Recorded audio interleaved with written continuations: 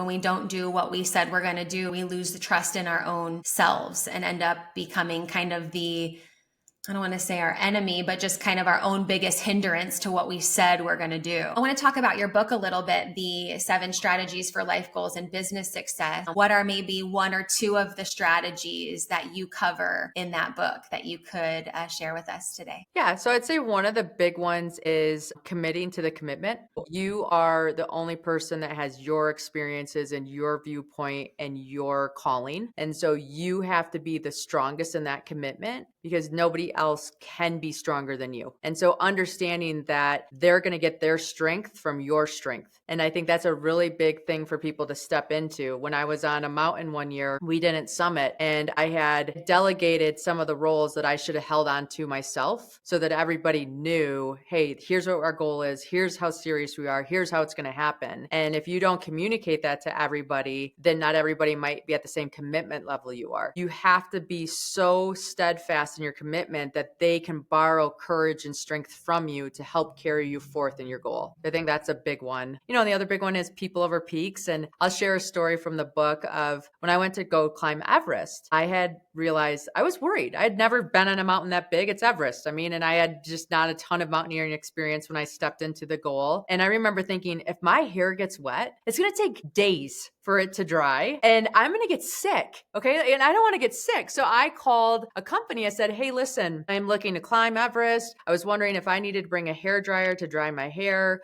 Like, could you accommodate? And the first company I called said, we don't even know what you're talking about. Like, absolutely no. Like, we're not doing this. I said, okay, fine. Bye. So I called a second company and they said, yes, you can borrow the hair dryer like once a week. We'll let you use the generator and that should be fine. I said, okay. And then I called the third company and the third company said, do you want a mirror? And I'm like, yes, I do want a mirror. Like, thank you. Right? Like, I don't even have to feel shameful for I'm not asking for shrimp. I'm asking for a hair dryer so that I don't get sick and can move up this mountain. So I actually had a company in town donate a solar powered battery, which at the time I thought I wasn't thinking. I was like, okay, I'll bring the solar powered battery and dry my hair. And then I realized, oh, the solar powered battery has to be out in the sun. So now I have to hair dry my hair out in front of everybody and try to instead of being secret in my tent. And at first I was embarrassed, but then I realized after a few women came up to me and they said, hey, Jen, thank you for drying your hair at Everest Base Camp and giving us permission to be women in this male dominated industry and not apologize for the things that we need that will allow us to succeed in whatever pursuit we're doing. And that was this huge lesson of, listen, ask for what you need. If it's an authentic need that you perceive, maybe it's somebody else's need as well. And by you having the courage to ask for it, you're giving other people permission to have courage to ask for what they need. And that's super important for all of us.